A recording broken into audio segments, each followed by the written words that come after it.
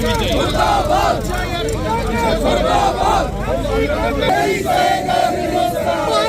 हरि सिंह जी का अपमान, महाराजा हरि सिंह जी का अपमान, महाराजा हरि सिंह, महाराजा हरि सिंह, महाराजा हरि सिंह, महाराजा हरि सिंह जी मुर्दाबाद, मुर्दाबाद चौधरी, मुर्दाबाद सुरेंद्र चौधरी, मुर्दाबाद अमर अब्दुल्ला, हाय हाय अमर अब्दुल्ला, हाय हाय अमर अब्दुल्ला, हाय हाय NC Congress, NC Congress, NC Congress, Surendra Chaudhary, मुर्दाबाद, मुर्दाबाद एनसी कांग्रेस, मुर्दाबाद, मुर्दाबाद, मुर्दाबाद सुरेंद्र चौधरी, मुर्दाबाद, मुर्दाबाद, मुर्दाबाद अमर अब्दुल्ला, मुर्दाबाद, मुर्दाबाद, मुर्दाबाद अमर अब्दुल्ला, मुर्दाबाद, मुर्दाबाद, मुर्दाबाद एनसी कांग्रेस, मुर्दाबाद, मुर्दाबाद, मुर्दाबाद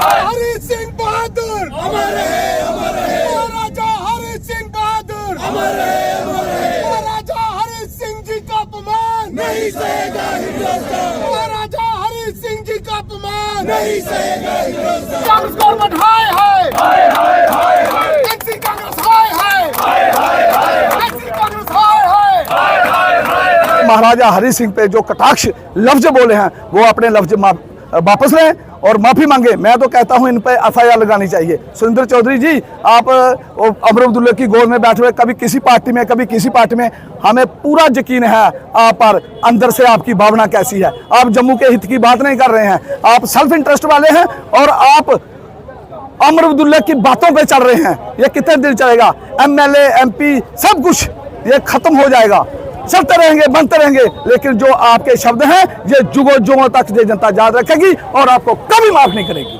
डिप्टी सीएम जो नेशनल कॉन्फ्रेंस के डिप्टी सीएम है सुरेंद्र चौधरी जी, उन्होंने एक बड़ा डेरोगेटिव बयान दिया कि महाराजा साहब जो थे यहाँ के महाराजा, वो उसको कह सकते हैं कि वो एक डिक्टेटर थे। अब सुरेंद्र चौधरी जी, मुझे भली बात मैं कह नहीं सकता कि वो किस उसके बीच में आकर नेशनल कॉन्फ्रेंस की हाल ही में उन्होंने शब्द लिए, शायद उसी का वो कर्ज अदा कर रहे थे। अगर वो ऐसा काम कर रहे हैं तो वो बहुत ही एक घृणीय कार्य था, क्योंकि महाराजा साहब की देन तो आप भली बात जानते हैं कि उनके कारण ही ये यहाँ पर अकॉर्ड हुआ, उनके कारण ही यहाँ पर हिंदुस्तान का झंडा फहराया गया। और आज उन्हीं महाराजा साहब को ये कहा जा रहा है कि वो एक डिक्टेटरशिप कर रहे थे। उन लोग महाराजा साहब तो ऐसे बुलंद राजा थे कि जिन्होंने लोगों को, ऐसे लोगों को मंदिरों में चढ़ाया, छुआछूत खत्म की, अनटचेबिलिटी खत्म की। उनके बाद उन्होंने, उनका जो विज़न था, चाहे वो आज भी आप शालामार में जो हॉस्पिटल देखते हैं, मुझे लगता नहीं कि उससे ज़्यादा नायाब हॉस्पिटल किसी ने टेक्निकली बनाया हो।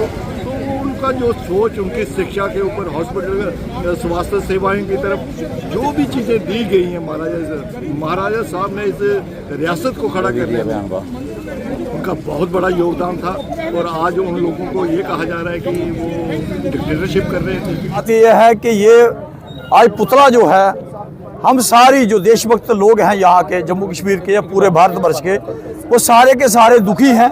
क्योंकि आहत इसलिए हैं कि क्योंकि ये देश बहुत बड़ा स्ट्रांग देश है। अगर गद्दार ना मिलते, जयचंद का हम नाम सुना करते थे, आज जयचंदों को हम प्रत्यक्ष तौर पर देख रहे हैं। मात्र एक मंत्रालय लेने के लिए हम किस स्तर तक कितने नीचे गिर सकते हैं, वो कल उसका प्रदर्शन हमारे लोगों ने, यहाँ के लोगों ने कर दिया, जो यहाँ से जीत कर गए हैं अन्य जो पार्टियों से। रही बात कि वो 1931 के लोग वो शहीद हैं या नहीं हैं, ये कौन फैसला करेगा।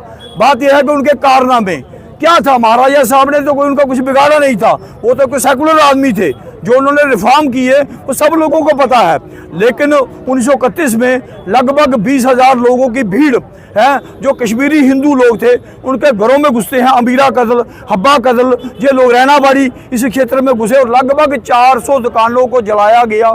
कई बेटियों को अगवा किया गया, लगभग 16-17 लोगों को मार दिया गया। उसके बाद जब वो भीड़ बेकाबू हो गई और अपने धार्मिक नारे लगाने पर उतर हो गई, तो उसके बाद महाराजा महाराजा को मजबूर होकर गद्दार को क्या, एक उग्रवादी को क्या गोली ही मारी जाती है और क्या मारा जाता है। तो उसके बाद जब उनको गोली मारी गई, आज उग्रवादी इतने मर रहे हैं, तो क्या कल को ये भी शहीद हो जाएंगे? वैसे एनसी और कांग्रेस के लिए तो ये शहीद ही हैं, क्योंकि उन्होंने पहले भी मकबूल भट्ट को, ये जो यासिन मलिक है, जितने भी शब्बीर शाह लोग हैं, इनको वो शहीद ही कहते हैं, उनको अपने फ्रीडम फाइटर कहते हैं। तो मेरा कहने का मतलब है कि महाराजा साहब ने वो अच्छा काम किया था। आज सुंदर चौधरी ये जो हमारे गद्दार हैं, एनसी कांग्रेस के खिलाफ है, लेकिन ये भी कहूंगा कि इसलिए क्या बोला सुंदर चौधरी ने? सुंदर चौधरी ने महाराजा साहब को डिक्टेटर कहा है। डिक्टेटर वही महाराजा साहब थे जिन्होंने सबको एक दृष्टि से सबको देखा। और उसके बाद भी मैं ये भी कहूँगा कि 47 में सब 565 रियासतें थी, एक महाराजा साहब के साथ ही क्यों द्वेष किया गया।